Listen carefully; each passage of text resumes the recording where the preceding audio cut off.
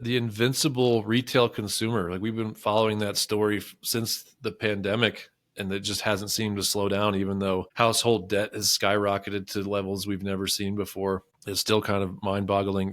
There was the whole doom spending that went on for a couple of years, which was really, some of it was coming out of lockdown and folks wanting to travel and generally spending money because savings rates were up. And now we're back to a point where we're all pretty heavily in debt, kind of on average. So it is pretty amazing that we're still seeing those numbers. I think it would mean a lot to see those numbers start to falter, which it seems like we're maybe getting close to that. We had been missing to the upside regularly, and now we're starting to see where we're coming in kind of on the screws, or we're losing a little bit of ground on that. And some of this too, I think could be maybe some of the weakness we were seeing in the labor market probably early in the fall could have filtered through into numbers like this. And that's probably the thing to watch is how do jobs look? Because people will spend, I think, if they have a job and their income remains stable and strong. And even if it's not growing at the clip they like, as long as you keep your job, you can probably continue to spend. And like you said, Jim, you could still rack up some debt. You just got to keep the music going, you just need that income to keep coming in. And so it seems like that's why I think a lot of folks pay attention to the labor market, is it's usually we get the non-farm payrolls that are